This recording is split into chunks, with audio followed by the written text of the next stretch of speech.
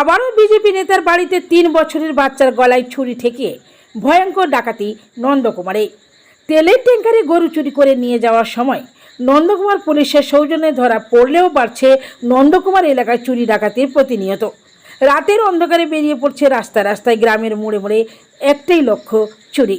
এছাড়াও গ্রামে গঞ্জে টোটো, সাইকেল, মোটরসাইকেল, টোটোর ব্যাটারি, মোবাইল আধুনিক পদ্ধতিতে চুরি করে নিয়ে চলে যাচ্ছে।